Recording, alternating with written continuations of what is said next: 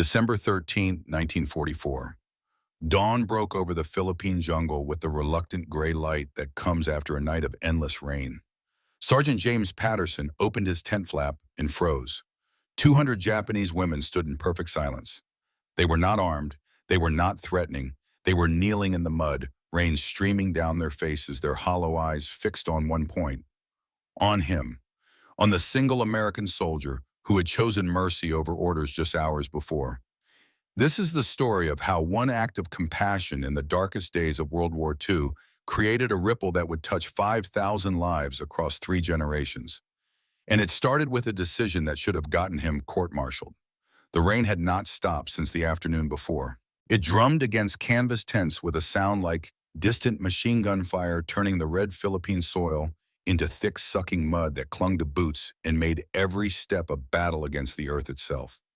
The 24th Infantry Division's forward operating base near Tacloban sat in a clearing hacked from the jungle with machetes and determination, a temporary island of American order surrounded by green chaos. 3 weeks had passed since General MacArthur made his famous promise. "I have returned," he had declared, wading through the surf at Red Beach. But the war had not gotten the message. Daily firefights erupted along the perimeter.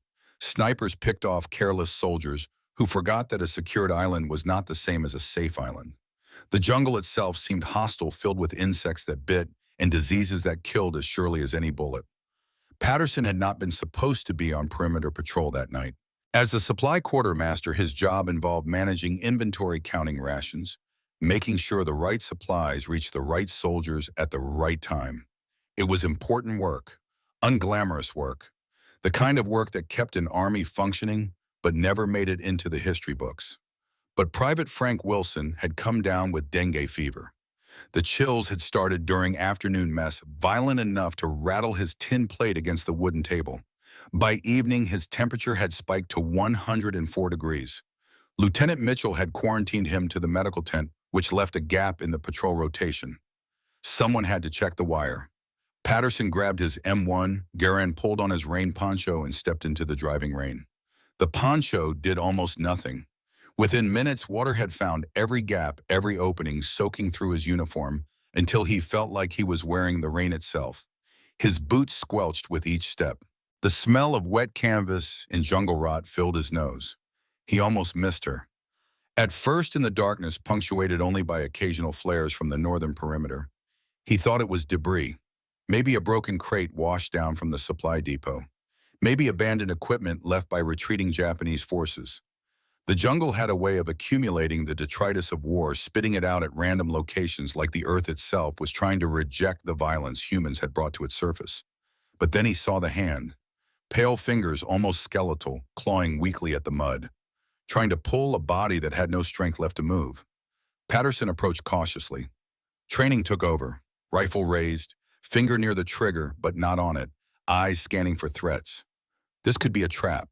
The Japanese had used wounded soldiers as bait before.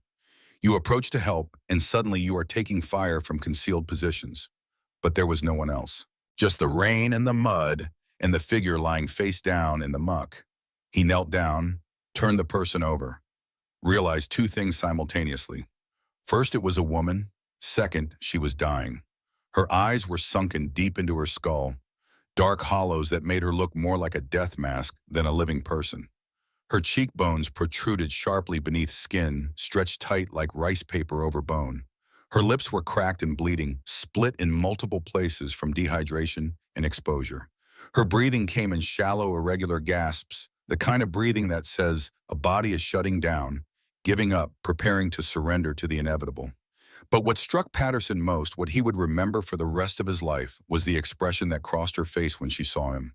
When she saw the American uniform, it was not hatred, it was not defiance, it was pure, absolute terror. She tried to crawl away from him. Her movements were pitiful, weak, like a wounded animal trying to escape a predator. She managed perhaps 6 inches before her strength gave out completely. A small sound escaped her throat. Not a scream, something worse. A whimper of pure defeat, the sound of someone who knows death is coming and can do nothing to stop it. Patterson should have called for the guards right then. Protocol was clear. Any enemy combatants or civilians found near the perimeter were to be detained immediately and processed through the prisoner intake system at the main camp 3 miles south. He should have radioed the situation in, waited for a patrol to arrive, with proper restraints and a medic, then continued his rounds. That would have been by the book. That would have been safe. That would have kept him out of trouble. But something in her terror stopped him. Something in the way she flinched when he moved as if expecting a blow or worse. Something that reminded him of a voice from his childhood, his mother's voice, speaking words that had shaped him long before the war tried to reshape him into something harder. Feed the hungry Jimmy. Don't matter who they are. His mother had been a simple woman. Sarah Patterson, born Sarah Mae Johnson, in a small town outside Montgomery, Alabama. She had never traveled more than 50 miles from where she was born, never owned more than 2 dresses at a time, never had much of anything except a fierce belief that kindness was not optional, that feeding the hungry was not a political statement, but a basic human obligation. During the Depression, when wandering men had appeared at their back door with haunted eyes and empty stomachs, she had fed them. Every single one. It had not mattered that her own family barely had enough. It had not mattered that some of those men looked dangerous or foreign or different. They were hungry. She had food. The equation was simple. Hunger don't have a nationality. Jimmy, she had told him once, ladling soup into a battered tin bowl held by a man who spoke no English and whose origins remained forever mysterious. A hungry person is just a hungry person. Patterson looked down at the woman lying in the mud, too weak to even be afraid anymore, and he made a choice. He slung his rifle over his shoulder, bent down, slipped one arm under her shoulders, another under her knees, lifted her into his arms. She weighed almost nothing. A skeleton wrapped in skin, wrapped in the torn remnants of what might have once been civilian clothing. She did not fight him. She did not have the strength. She just closed her eyes, and Patterson could have sworn he saw tears mixing with the rain on her face, though perhaps it was only the rain. Perhaps it was impossible to tell the difference anymore. The walk back to his tent took 20 minutes. Every soldier he passed stared at him like he had lost his mind. Corporal Taylor actually dropped the jerry can he was carrying, water splashing across his boots. Sergeant Davis was different. He stepped directly into Patterson's path, blocking the way, his hand moving to the pistol at his hip. "Patterson, what in the hell are you doing?" Patterson kept walking, adjusting his grip on the woman. "She needs medical attention." Davis moved with him, matching his pace. "That's a Jap, Patterson. You can't just bring her into camp. She's dying, Davis." Davis's jaw tightened. "Then she dies. That's not our problem. They killed plenty of ours. Let God sort it out." Patterson stopped walking then, met Davis's eyes directly, saw the hardness there, the anger, the grief for friends lost in battles that had names like Tarawa and Saipan and Peleliu. Saw all the reasons why mercy might seem like weakness, why compassion might look like betrayal of the dead. "My mama didn't ask if folks deserve food," Patterson said quietly. "She just fed them." For a moment, neither man moved. Rain fell between them. Somewhere in the distance, a mortar round exploded, not close enough to be dangerous, just close enough to remind them both that the war was not over, would not be over for a long time, and that every choice carried weight. Davis stepped aside. "Your funeral, Sergeant. Don't come crying to me when they drum you out." Patterson's tent was small. Canvas walls, wooden frame dirt floor, covered with duckboards to keep the mud at bay. A single cot, a footlocker, a kerosene lamp hanging from a tent pole. A photograph of his sweetheart Margaret pinned to the canvas, her smile frozen in a moment from a world that felt impossibly distant. He laid the woman carefully on his cot, the only bed in the space. She was so light that the canvas barely sagged under her weight. Patterson grabbed his canteen, unscrewed the cap, knelt beside the cot, and held it to her lips. She flinched at first, drew back. Her eyes opened wide and terrified, looking at the canteen like it might contain poison. Patterson understood. Propaganda worked both ways. If American soldiers had been told the Japanese were subhuman monsters, what had Japanese civilians been told about Americans? He took a drink first, showed her. Water, just water. Then he held it to her lips again. This time instinct took over. When the water touched her cracked lips, her body made the decision, her mind could not. She drank in small, desperate sips, her throat working, her whole body trembling with the effort of swallowing. When she had drunk enough that he worried about her getting sick, Patterson pulled the canteen away gently, screwed the cap back on. set it within her reach. Then he opened his footlocker. Inside, wrapped carefully in wax paper, was a can of Del Monte peaches, his Christmas ration. Every soldier received one special item for Christmas, something from home, something to remind them that civilization and comfort and sweetness still existed somewhere in the world. Patterson had been saving his. Christmas was still 2 weeks away, but he had been looking forward to those peaches with the kind of anticipation that felt almost childish. He took them out now, worked his utility knife around the lid, the can opener attachment making that familiar sound, metal scraping against metal, pried the lid off. The smell hit him immediately. Sweet, impossibly sweet. The smell of summer in orchards and his grandmother's farm in Georgia, where the peach trees grew in neat rows and the fruit hung heavy and golden in the August heat. He offered the can to the woman. She stared at it, stared at him, stared back at the peaches floating in their syrup like impossible treasures, like something from a dream, or a memory, or another life entirely. Slowly, as if expecting the offering to vanish or transform into something terrible, she reached out. Her fingers trembled as they touched the can. She looked at Patterson one more time, a question in her eyes. He nodded. She lifted the can, drank some of the syrup, first the sugar hitting her system like a drug after months of starvation. Then she reached in with her fingers, pulled out a peach slice, put it in her mouth. Her eyes closed.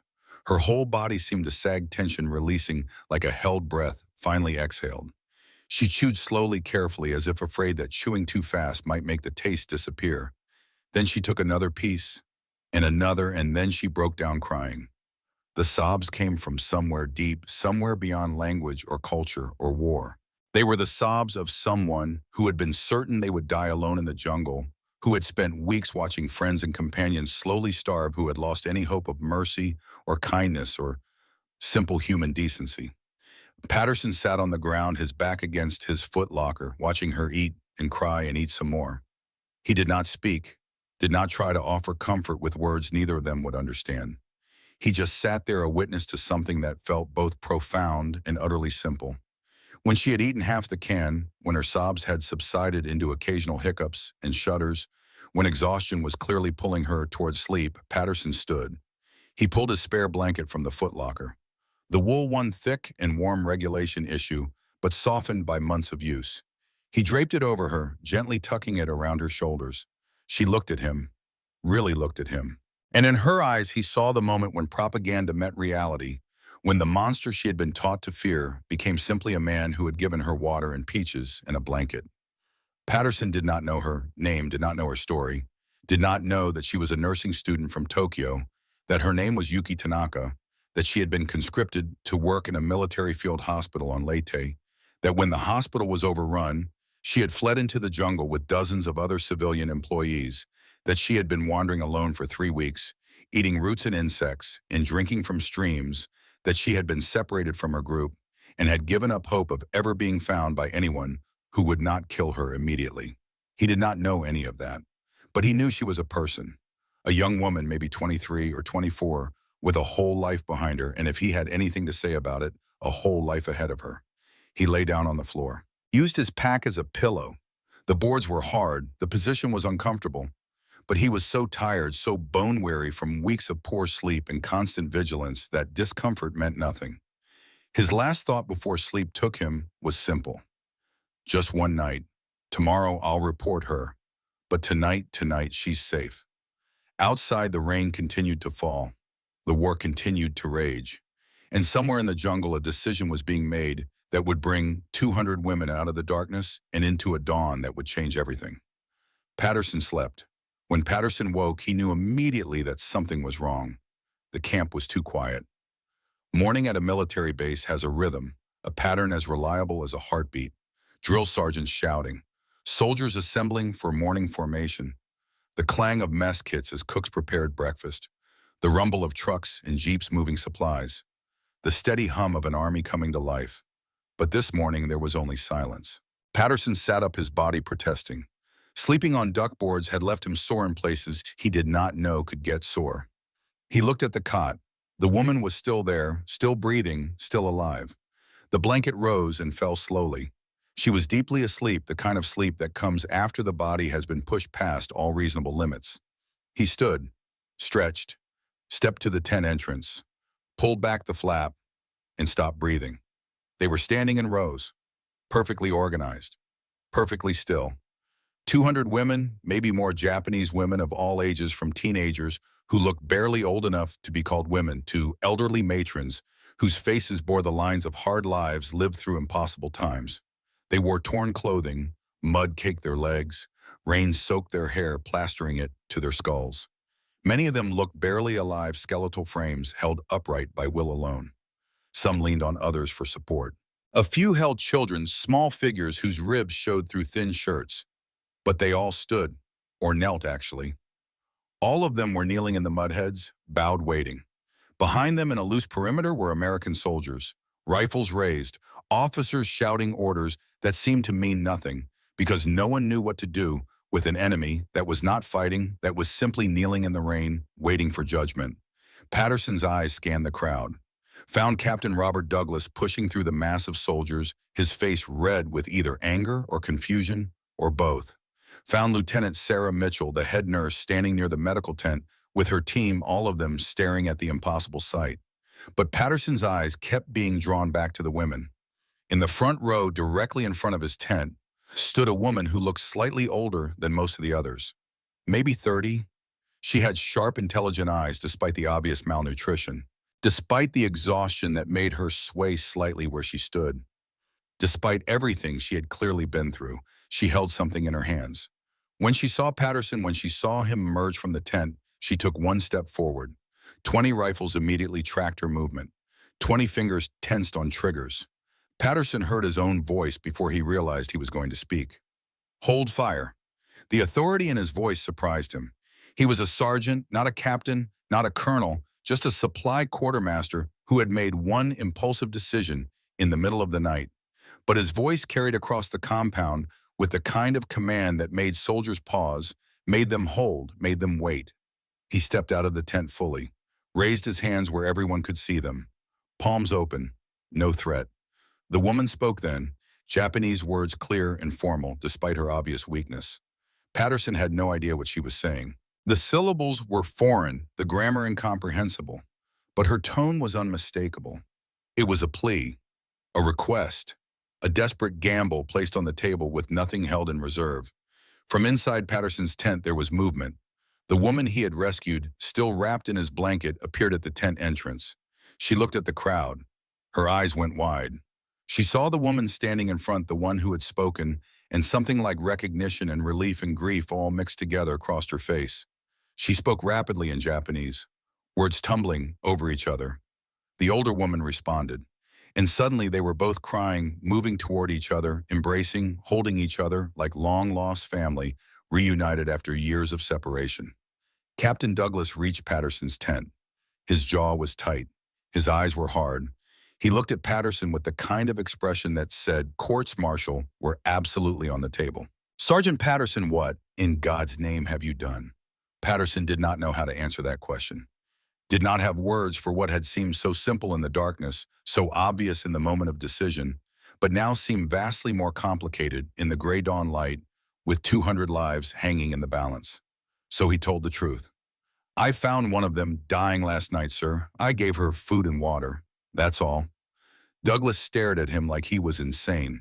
That's all, Sergeant. You've created an international incident. Do you have any idea what this means? 200 enemy civilians just walked into our camp. They could be saboteurs. They could be carrying diseases. They could be... They're starving, sir, Patterson interrupted. It was a breach of protocol he would likely pay for later. But the words came out anyway, unstoppable. Look at them. Look at their faces. Those aren't soldiers. Those are refugees. They're enemy nationals, Sergeant. And you've just...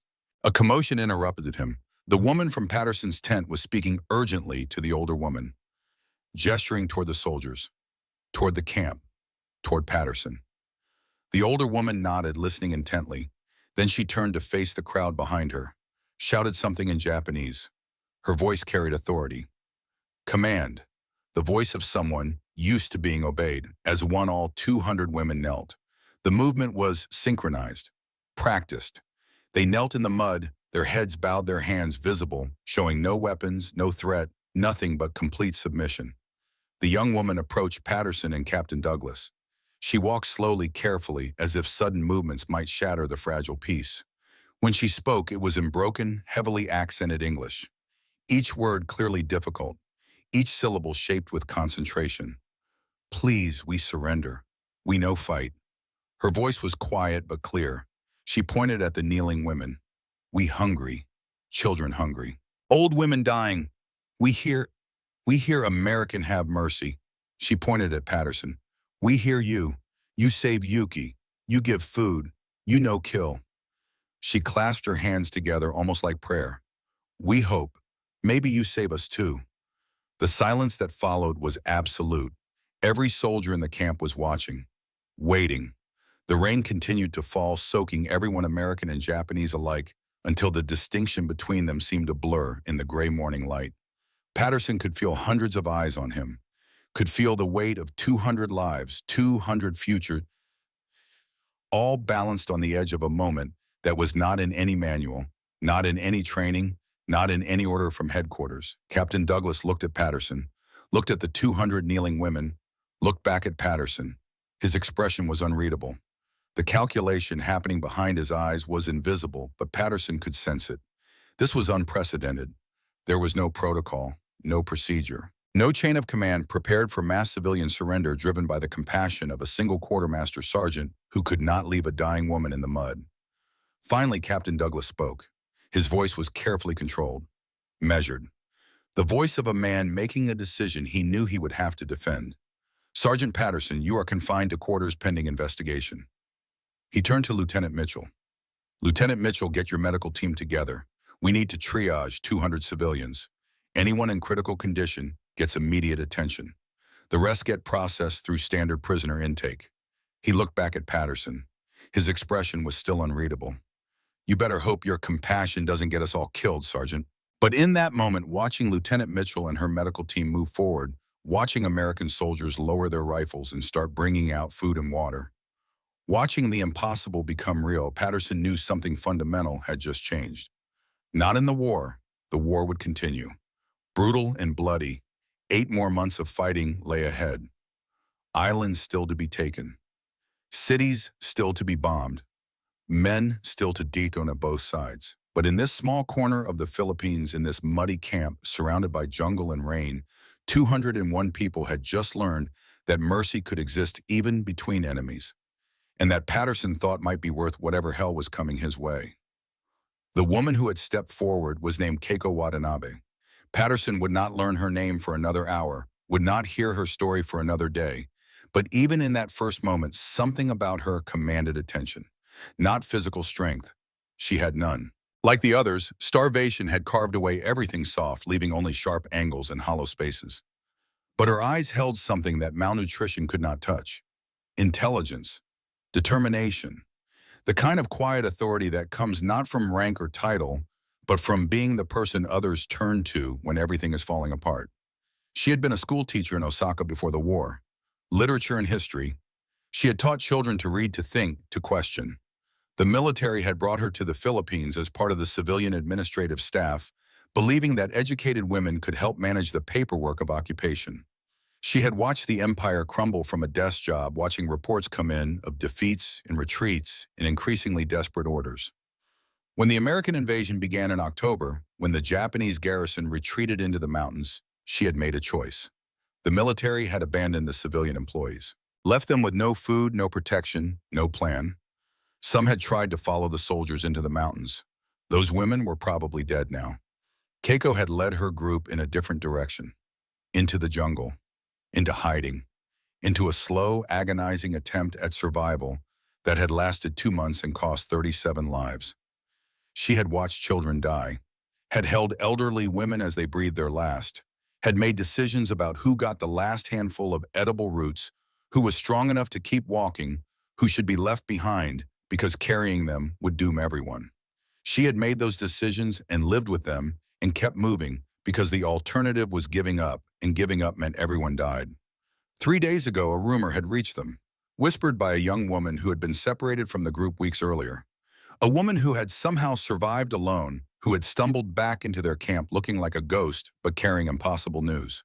An American soldier had saved her, had given her food, had given her shelter, had not killed her. It had seemed impossible. Everything they had been told, everything the propaganda had promised said that Americans were monsters, beasts who would torture captured civilians, demons who showed no mercy. The stories had been specific, detailed, designed to make surrender unthinkable, to make death preferable to capture. But the young woman had been insistent, had shown them the blanket she still carried, American wool regulation issue, had described the taste of peaches in syrup, a taste so specific, so unusual that it could not be invented, had told them about the soldier who had slept on the floor so she could have his bed. Keiko had listened, had weighed the story against their situation, against the reality that they were dying slowly but certainly in the jungle, against the fact that more women died every day, that children were starving, that the old and weak were already gone, and the young and strong would not last much longer. She had made a calculation, a gamble, perhaps the coldest, hardest decision of her life. They would surrender. They would walk into the American camp. They would trust that one act of mercy meant something, that it was not an aberration, but a truth. They would bet everything on the hope that Americans were not the monsters they had been told they were. And if they were wrong, if the Americans killed them, all on sight, well, at least it would be fast. At least it would be over. At least it would be better than watching more children die slowly in the jungle. Now standing in front of Sergeant Patterson, in front of Captain Douglas, in front of 200 women who had followed her on this desperate gamble, Keiko spoke the words she had been practicing for 3 days. The English was broken. The grammar was wrong. But the meaning was clear. Please, we surrender. She gestured to the women behind her, all kneeling, all waiting. We no fight. We hungry. Children hungry. Old women dying. She pointed at Patterson, at the man whose single act of compassion had become a beacon in the darkness, a reason to hope when hope should have been dead. We hear you. You save Yuki. You give food. You no kill. We hope maybe you save us too. The words hung in the air. Rain fell. Somewhere in the distance, artillery rumbled. The war continued, but in this small space, in this moment, time seemed suspended, waiting, holding its breath. Captain Douglas opened his mouth to respond, to say something, to make some kind of decision, but he was interrupted by movement. One of the American soldiers, a private named Tommy Hayes, had broken from the perimeter. He was young, 19, from a small town in Tennessee where everyone knew everyone and strangers were greeted with hospitality before suspicion. He had been watching the kneeling women, had seen an elderly woman in the third row swaying, barely able to hold herself upright, had seen the exhaustion, the desperation, the pure human need. He walked forward slowly. Every rifle tracked him. Officers shouted for him to get back in formation. But Hayes kept walking. He reached the elderly woman. She looked up at him with fear and confusion and resignation all mixed together. Hayes reached into his pack, pulled out a bottle. Glass, distinctive shape, Coca-Cola, from Atlanta, a taste of home that soldiers hoarded, traded, treasured. He held it out to her. Here, ma'am, from home. She stared at the bottle, at him. She did not understand the words, but the gesture was clear. He was offering her something, not a weapon, not a threat, a gift. She reached out with trembling hands, took the bottle, looked at it like she had never seen anything like it before, which perhaps she had not. Coca-Cola had not made it to remote Philippine villages before the war. Hayes made a drinking motion. She understood, lifted the bottle to her lips, took a sip. Her eyes widened. The sweetness, the carbonation, the cold effervescence of something so far removed from roots and insects and desperation that it might as well have been from another planet. She took another sip, then another. Hayes smiled. That's America right there, ma'am. Happiness in a bottle. That's what my pop always says. She did not understand the words, but she understood the smile, understood the kindness, and something in her face changed, softened. The fear receded, just a fraction, replaced by something that might have been hope or might have been simple gratitude. Other soldiers were moving now, following Hayes' example, bringing water, rations, field jackets to replace torn clothing. One by one, without orders, without official sanction, American soldiers were making their own choice. Their own decision about who these women were and what mercy looked like. Captain Douglas watched it happen, watched his command dissolve into something that was not in any manual, watched discipline give way to humanity. He could have stopped it, should have stopped it, should have reasserted control, reminded everyone of protocols and procedures in the chain of command. But he did not. He watched, and in watching made his own decision. He turned to his radio operator. "Get me Colonel Morrison, now." The radio crackled to life, static, distance, then a voice, gruff, impatient. Colonel William Morrison had been woken early for this, had been pulled from his tent at divisional headquarters to deal with what the initial report had described as a situation. "Captain Douglas, this is Morrison. What the hell is going on at your position?" Douglas took a breath, tried to find words for something that had no precedent. "Sir, we have 204 Japanese civilians who have surrendered. Women, children, elderly. They're in critical condition, starving, requesting permission to provide medical assistance and temporary housing." Silence on the other end, long enough that Douglas wondered if the connection had been lost. Then Morrison's voice came back, slower now, more careful. 204. "You said 204 civilians, Captain West, sir."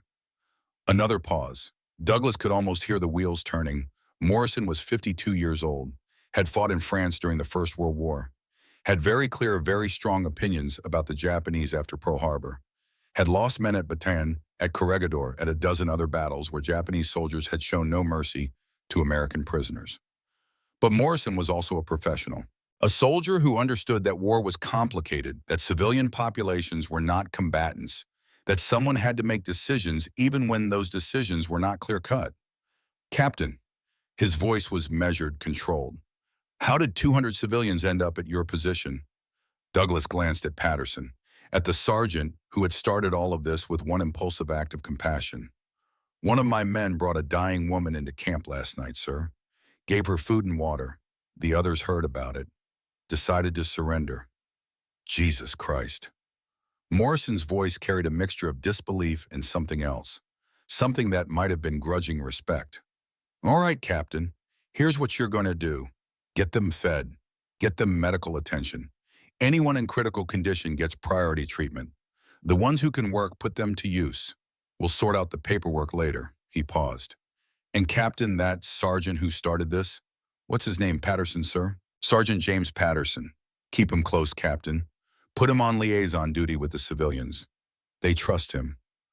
That's worth something, but make sure he understands he's on thin ice. What he did was a violation of direct orders. Could have compromised base security. Could have gotten people killed." Another pause, but it didn't. "And now we've got 200 potential intelligence sources who walked in voluntarily. Sometimes, Captain, the right thing and the smart thing line up. This might be one of those times."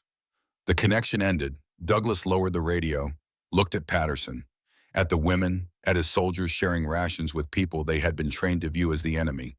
"You heard the colonel, sergeant. You're on liaison duty. You wanted to help them. Congratulations. Now you get to figure out how to house, feed, and process 200 starving civilians with resources meant for half that number." He turned to Lieutenant Mitchell. "Sarah, I need your medical team to start triage immediately. Critical cases first. I want survival rates, not heroics. Save who you can save. The rest will have to wait." Mitchell nodded, already moving, already assessing, already doing the mental math of supplies versus need, of who would live and who might not, of how to perform miracles with limited resources. The next 6 hours dissolved into organized chaos. The medical tent became the center of everything. Women with medical training were identified. 6 of them, including Yuki, who, despite her own weakened condition, insisted on helping. They worked alongside American nurses, communication happening through gestures and shared medical knowledge that transcended language. 17 women were in immediate danger of death. Dehydration so severe their organs were shutting down. Infections that had gone untreated for weeks. Dysentery that had robbed their bodies of any remaining resources. Mitchell and her team set up IV lines, administered antibiotics, did everything possible to pull them back from the edge. Another 43 were in critical condition, but stable enough to wait. They received water, basic rations, blankets. They would need weeks of careful feeding, gradual reintroduction of normal food monitoring for complications. But they would likely survive. The rest were malnourished to varying degrees. All of them needed care. All of them needed food. But they were alive. They were safe. And for the first time in months, they were not hiding. Patterson found himself at the center of it all. His tent became a gathering place. Yuki, recovered enough to speak, became the primary translator. Keiko, despite her exhaustion, organized the women into work groups. Those who were strong enough volunteered for tasks: cleaning, laundry, food preparation, anything to contribute, anything to show they were not a burden, but willing participants in their own survival. 3 weeks passed. The women remained. The camp adjusted. Routines developed. Tensions eased, though they never quite disappeared. Some soldiers still viewed the Japanese women with suspicion, still muttered about security risks and misplaced compassion, still could not separate these starving civilians from the soldiers who had killed their brothers. Private Robert Johnson was one of them. He had lost his best friend at POW, had watched him die slowly from a gut shot while Japanese snipers prevented any rescue attempt, had spent 4 hours listening to his friend scream for help that never came. That kind of experience leaves marks, creates walls, makes mercy feel like betrayal. So when Johnson developed an infection in his hand, when the cut he had ignored for 3 days turned red and angry and started tracking up his arm, when Lieutenant Mitchell told him he needed to have it cleaned and bandaged immediately, and when she told him Yuki would be doing it because the American nurses were overwhelmed with critical cases, Johnson refused. "I'm not letting a Jap touch me." Mitchell's eyes hardened. "Your choice, Private. But if you refuse treatment, I'm not responsible for what happens when that infection reaches your heart. Sepsis is a painful way to die. I'll wait for an American nurse. You'll wait 3 hours minimum. That infection won't wait. So you can let Yuki treat you now, or you can take your chances. Your call." Johnson stood there, jaw tight, arm throbbing, pride and pain warring in his expression. Finally, grudgingly, he sat down, held out his hand. Yuki approached carefully. She had learned to read the tension in American soldiers, to recognize when someone was tolerating her presence rather than accepting it. She worked quickly, efficiently, cleaned the wound with gentle precision, applied sulfa powder, wrapped it in clean gauze. Her hands were soft, professional, the hands of someone who had been trained to heal. When she finished, Johnson looked at his bandaged hand, looked at her. Something in his face shifted. Not friendship, not trust, but recognition, acknowledgement that whatever else she was a nurse doing her job with skill and care. "You got softer hands than my own ma," he said quietly. Yuki did not understand the words, but she understood the change in tone, the reduction in hostility. She bowed slightly, moved on to the next patient. Johnson watched her go, then returned to his unit. Corporal Brown asked him how it went. "She did all right," Johnson said. Did all right, it was not much, but it was something. A small crack in the wall, the beginning of a shift. Patterson had started bringing extra rations to the medical tent in the early mornings before most of the camp was awake. Coffee, sometimes bread if the cooks had extra, and bacon, always bacon when he could get it. Americans might be short on a lot of things, but somehow there was always bacon. One morning he arrived to find Yuki already awake, checking on patients who had taken a turn for the worse during the night. She looked exhausted. She had been working 18-hour days, sleeping in 3-hour shifts, pushing herself beyond any reasonable limit. Patterson set up a small camp stove outside the medical tent, laid strips of bacon in a pan. The sizzling started immediately. That distinctive sound, that smell that seemed to carry for miles, hickory smoke and salt and fat. Yuki emerged from the tent, drawn by the smell. She looked confused, curious. "Ever had American bacon?" Patterson asked. Yuki frowned, trying to parse the English. Bakan Patterson gestured to the pan. "This, American breakfast, best thing we've got." He cooked it until it was crispy, the way his mother had taught him, not too soft, not burnt, just right. Then he held out a piece to her. She took it hesitantly, examined it, the brown strips, the grease, the texture, put it in her mouth, chewed slowly, her eyes widened. This, she struggled for words. American food, always this amazing. Patterson laughed. First real laugh he'd had in weeks. Bacon's about as American as it gets. My mama used to say a day that starts with bacon can't go all bad. He pointed to the sky, to the sun, just starting to rise. In America, we believe everyone deserves a warm meal. Don't matter who you are. Don't matter where you're from. Food is food. Hunger is hunger. People are people. Yuki nodded slowly, processing, understanding more from his tone and gestures than from the words themselves.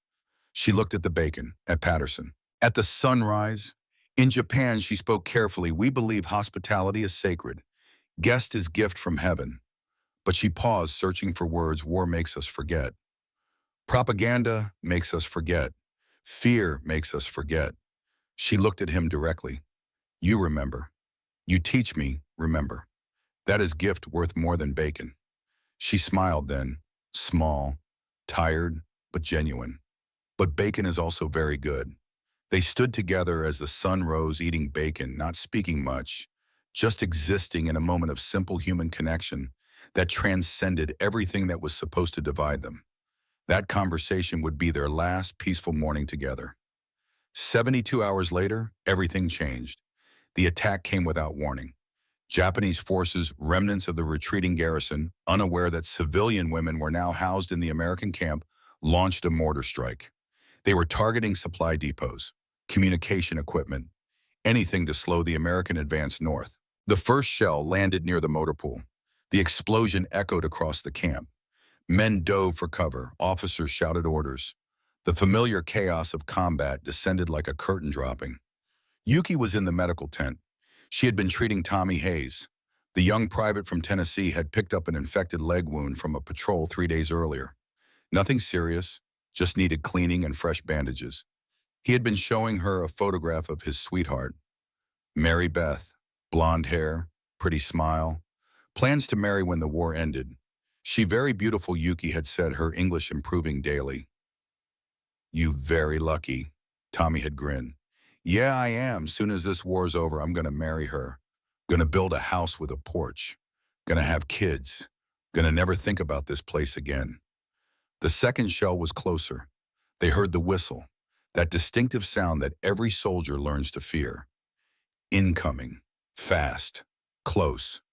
Tommy froze. He was young, inexperienced.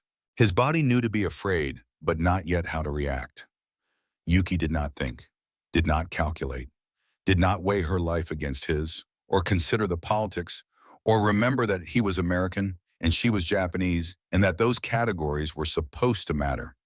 She just moved, threw herself over him, covered his body with hers, used her own flesh as a shield.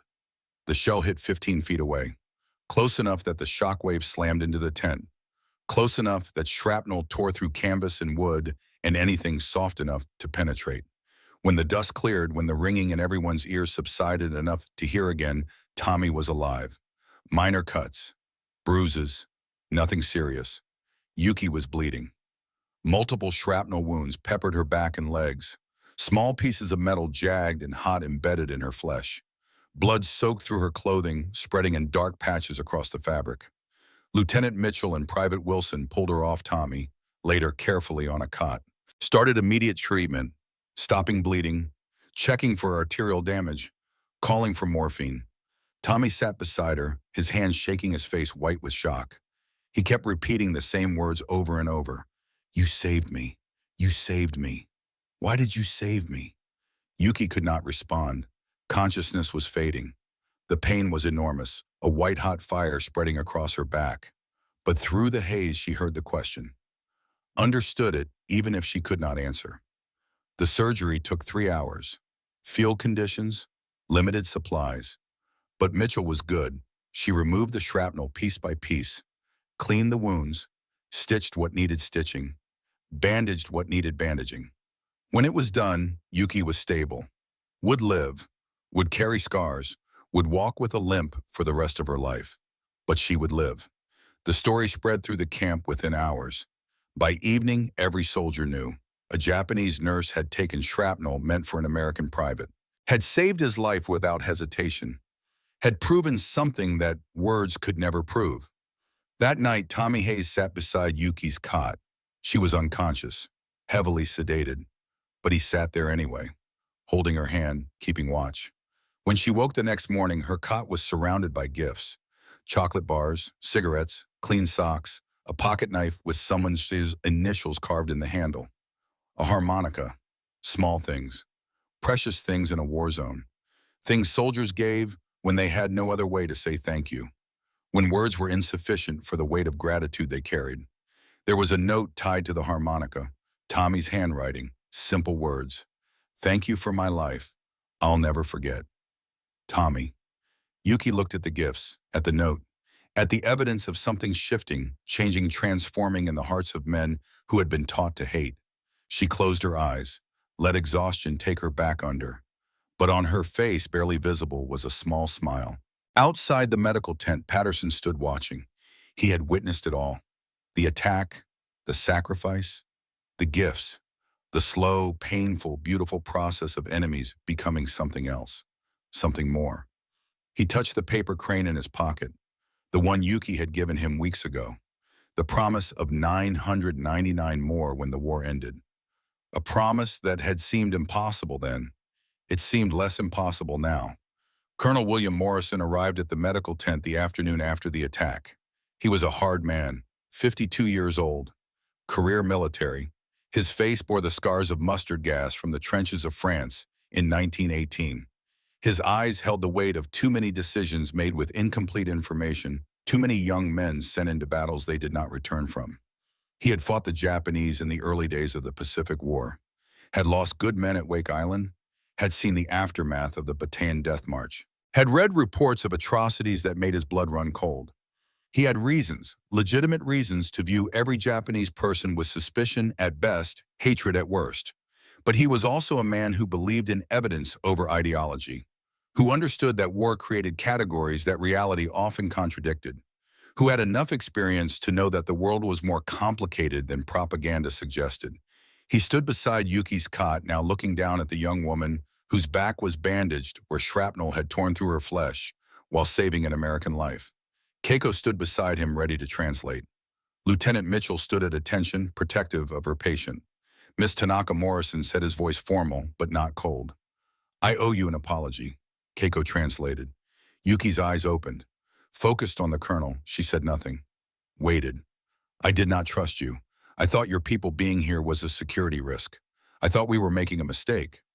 Morrison paused, choosing words carefully.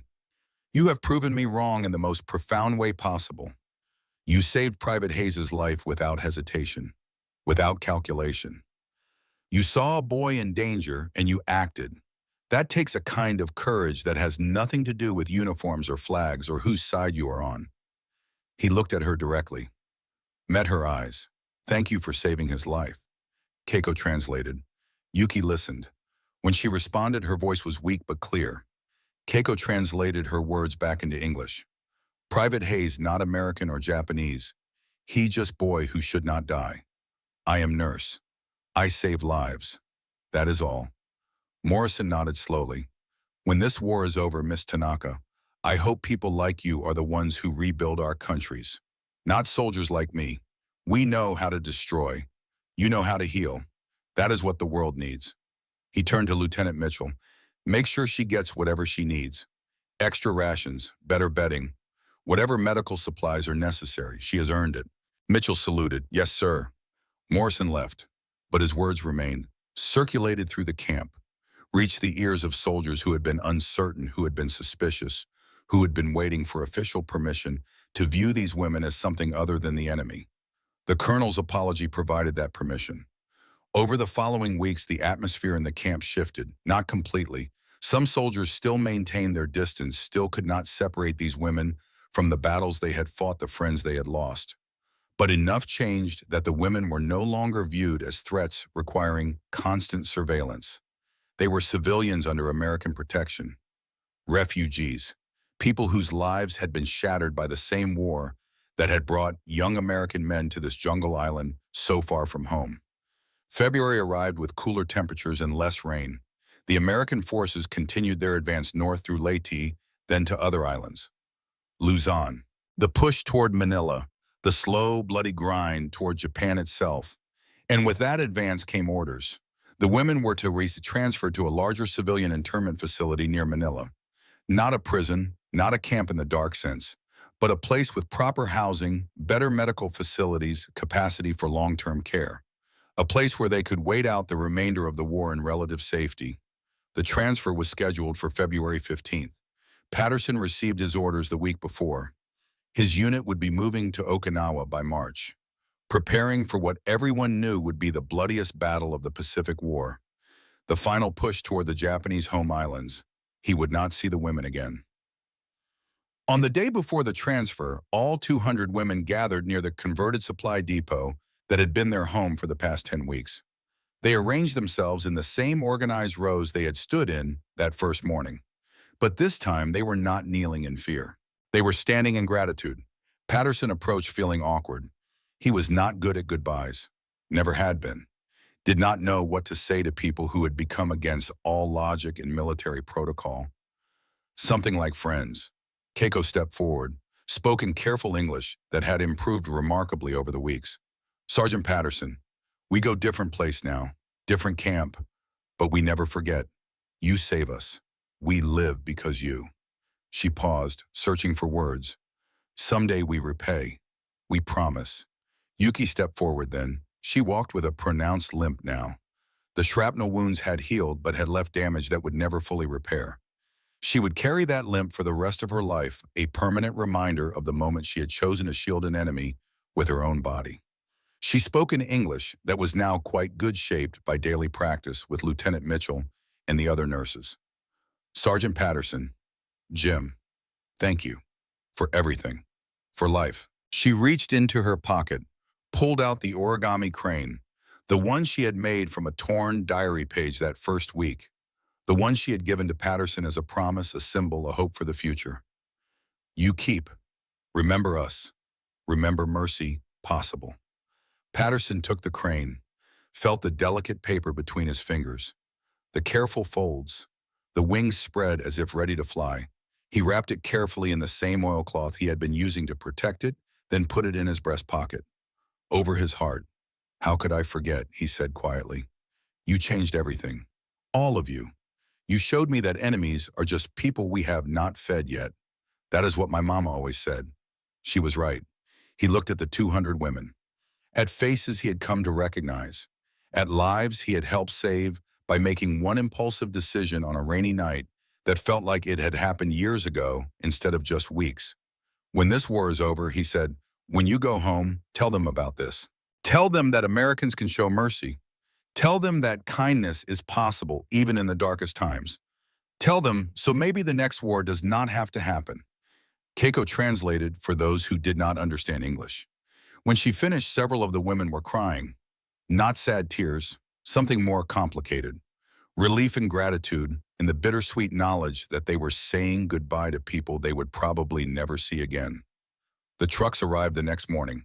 The women climbed aboard, waved as the convoy pulled away.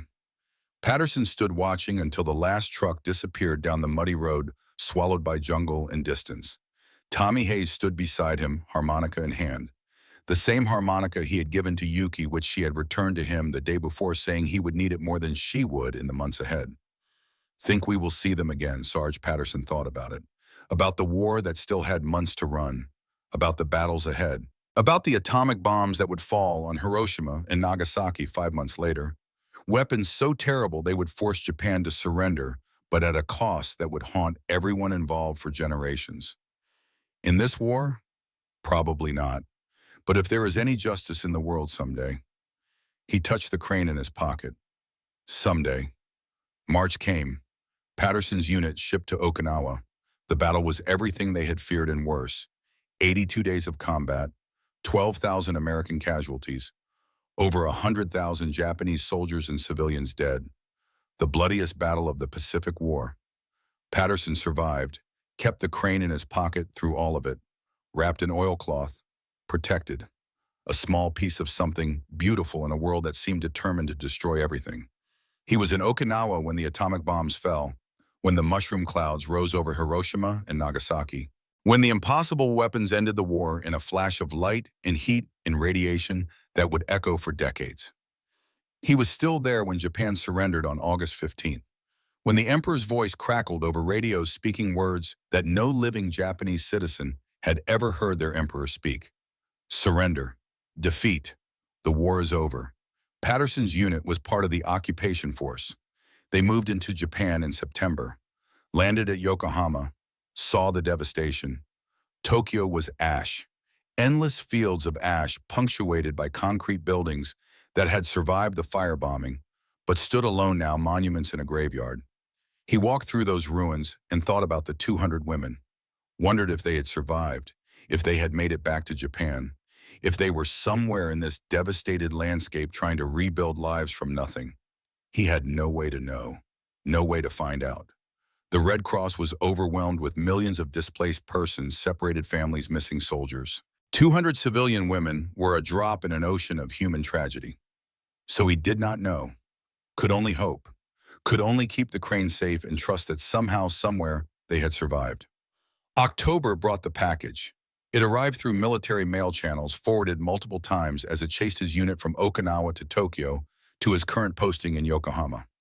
A box wrapped in brown paper, his name written in careful English script, no return address, just a Tokyo postmark. Patterson opened it in his tent. Inside was a letter and a box, a wooden box, simple but carefully made. He opened the box first. Paper cranes, 999 paper cranes. They were made from every kind of paper imaginable. Newspaper, rice paper, pages torn from books, old receipts, propaganda leaflets. Anything that could be folded had been folded. The colors ranged from white to brown to faded newsprint gray. Some were perfect. Others were rough, made by hands that were not skilled in origami, but had persisted anyway. Each one represented a life saved, a future made possible, a promise kept. Patterson picked up the letter, unfolded it, read, "Dear Sergeant Patterson, I hope this letter finds you alive and well. I learned through Red Cross that you survived the war, and I cannot express my joy at this news. I am writing from Tokyo, where I have returned to teach once again. The city is ruins, but we are rebuilding. It is slow work, but it is hopeful work. I promised you 1,000 cranes. Yuki and I, along with many women you saved, have spent last months folding them from whatever paper we could find. Old newspapers, rice paper torn, book pages that survived firebombing. Each crane represents life you saved, future you made possible. Yuki survived her wounds, though she walks with limp now. She tells everyone she meets about American soldier who saved her life, who showed her that mercy exists even in war. She has returned to her family and countryside. She teaches now, like me. She tells your story to her students. Make sure they know that enemies can become friends, that compassion is always possible. Sergeant Patterson, I do not know if our peoples will ever fully heal from this war. I do not know if hatred and fear can ever be completely forgotten.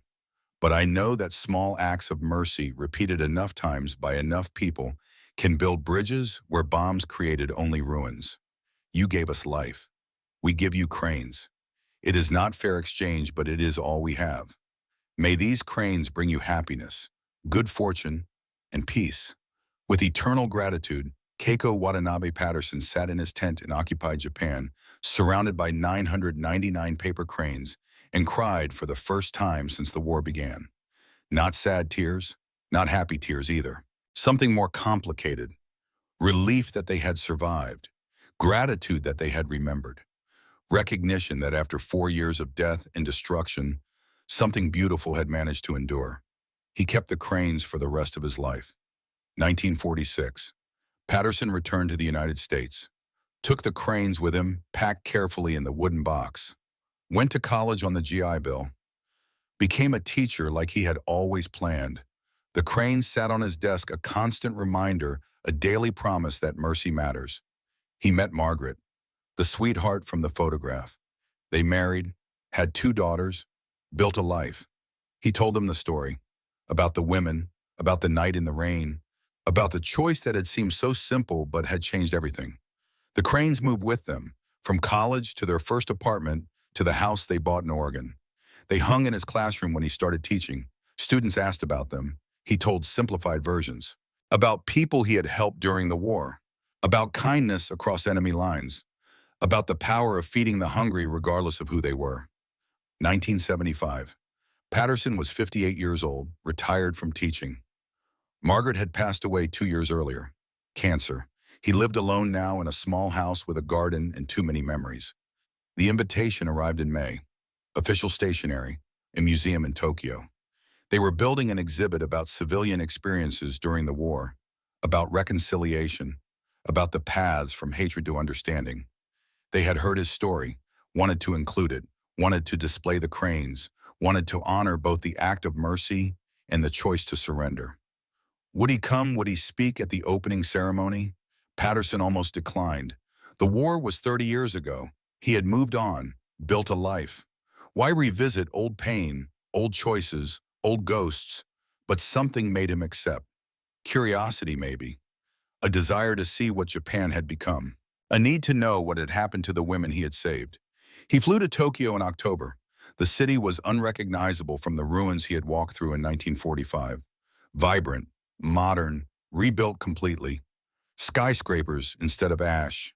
Life instead of death. Hope instead of despair. The museum was impressive, clean lines, thoughtful exhibits, displays about the war, about suffering on all sides, about the slow, difficult work of reconciliation. The opening ceremony was formal. Officials, diplomats, veterans from both countries, old men now their uniforms replaced by suits, their weapons replaced by canes and walkers. Patterson gave a speech, brief, translated into Japanese by an interpreter. He spoke about that December night, about choosing compassion over protocol, about seeing a dying person instead of a dying enemy, about hoping that future generations would learn from the past without being imprisoned by it. The audience listened politely, applauded appropriately. It was all very official, very proper, very distant. Then the ceremony ended. People mingled. Patterson stood near the display that held the 1,000 cranes. His one crane that he had carried through the war. The 999 that had been folded from the ruins of Tokyo. Together at last. Complete. He was looking at them lost in memories when someone approached from behind. He heard footsteps, uneven, a pronounced limp, then a voice. Speaking English with an accent that was still there but softer now, shaped by decades of practice. "Sergeant Patterson, do you remember me?" He turned, saw an elderly woman, gray hair, lined face, leaning on a cane, but her eyes were the same, sharp, intelligent, filled with life. 30 years collapsed in an instant. He saw not the elderly woman before him, but the starving girl he had carried through the rain, too weak to lift her head, flinching when he offered water, crying when she tasted peaches. Yuki. Her face transformed, smiled, younger suddenly despite the years. Yes, Yuki Tanaka, though Yuki Sato now. I married, had 3 children, became teacher like Keiko. I have lived full life, Sergeant Patterson. She paused, her voice caught with emotion. A life I would not have had without you. They talked for hours, found a quiet corner, 2 old people trading stories about the decades since the war. She told him about post-war Japan, about the struggle to rebuild, about the changes in society, about the peace movement she had joined, about teaching students the importance of reconciliation, about making sure the next generation understood that enemies were just people on the other side of a line drawn by politicians and generals.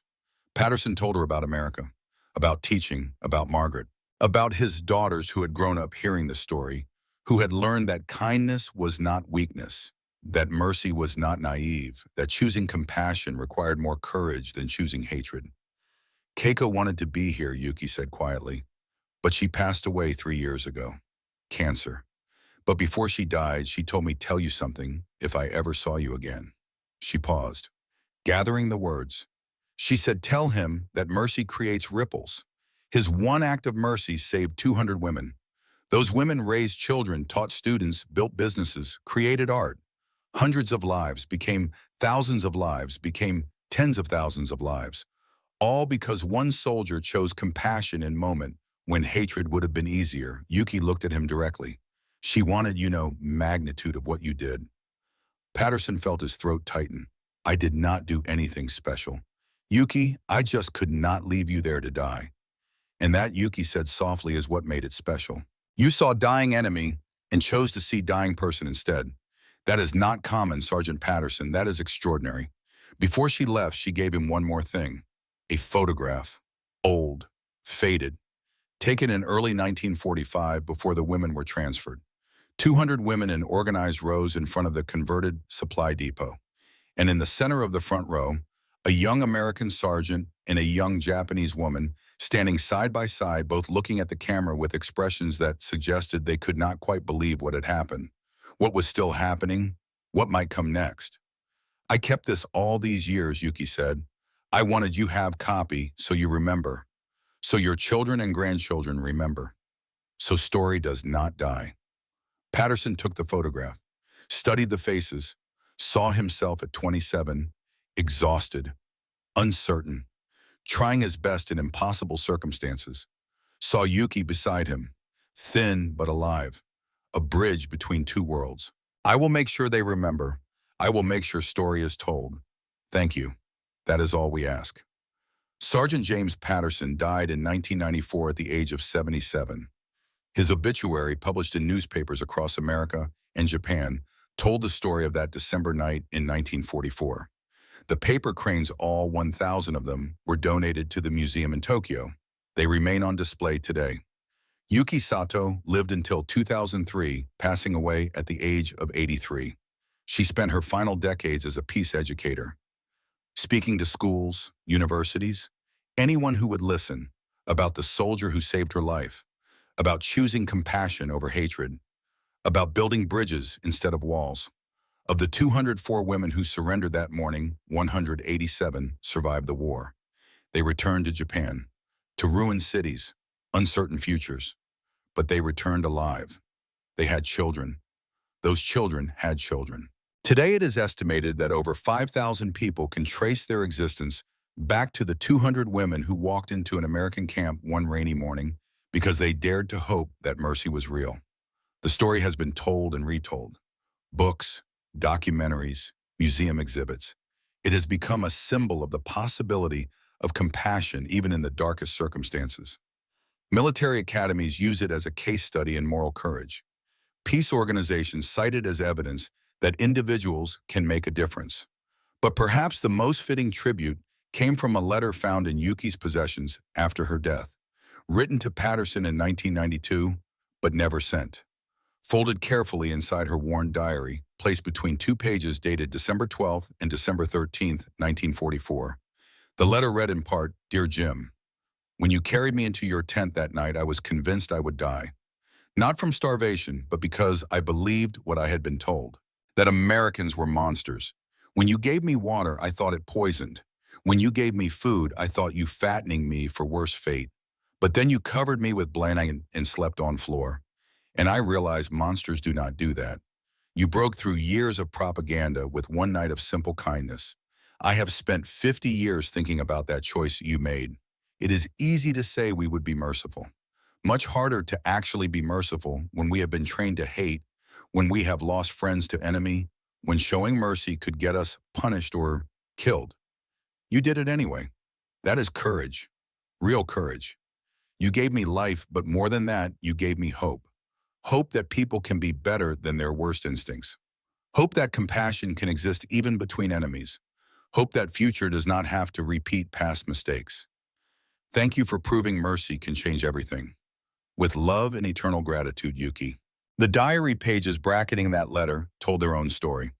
December 12th, one sentence in Japanese. "I am going to die today." December 13th, one sentence. "I am going to live." Between those two sentences stood one act of mercy from one soldier on one rainy night in the Philippines. It was not enough to stop the war, not enough to prevent the atomic bombs or the battles still to come, but it was enough to save 200 lives, create 5,000 descendants, inspire countless people across 3 generations. Sometimes mercy does not change the world. Sometimes it just changes one person. And sometimes that one person changes another, and another, until the ripples reach shores no one could have imagined. That is the power of choosing compassion when hatred is easier. That is the legacy of Sergeant James Patterson and 200 women who walked into an American camp one dawn because they dared to hope. And in the end, that hope was enough. It had to be. Because mercy once given can never be taken back. It echoes through generations, a gift that keeps giving long after the givers are gone. Patterson's granddaughter Sarah, speaking at a peace conference in 2010, said it best. My grandfather taught me that sometimes the bravest thing you can do is be kind when everyone expects you to be cruel. He taught me that feeding the hungry is not political. It is just human. He taught me that enemies are just people we have not fed yet. Those lessons matter now more than ever. In a world still divided by lines drawn by politicians and generals, still separated by propaganda and fear, still struggling to see the humanity in those labeled as other. The 1,000 cranes hang in their glass case in Tokyo, a promise kept, a bridge built, a reminder that in the darkest hours, compassion is always possible, always necessary, always worth the risk, because mercy creates ripples, and those ripples, given time, can change everything.